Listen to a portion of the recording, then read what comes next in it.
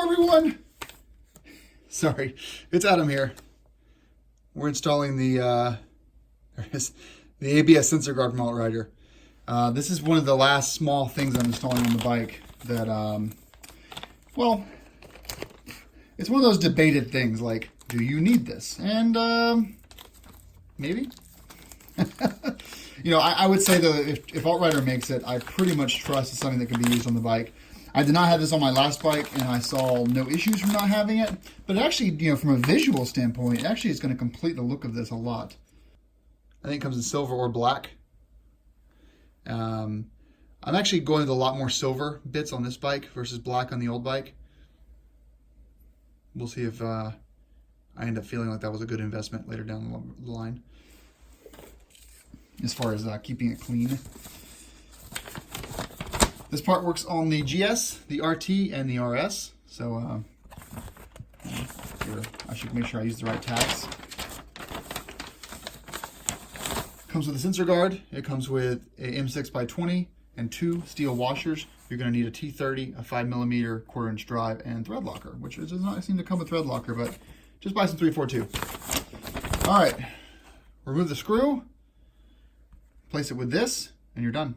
They do mention having some thread locker down here. Just know that whenever you are changing the wheels, you're going to want to unhook that anyway. So thread locker will make that harder. Let's grab our 342. Sorry, 242, not 342. What the hell? There we go, 242. And as usual, we've got our Wera tools. There's our 5mm. So T30. Hit here, unscrew this. The actual ABS sensor guard itself will stay in place. Now, we're going to first apply thread locker to this bolt. We'll put a washer through one side of this. This is going to go through. Then you put a washer on the back side. Then we're just going to bring this down here.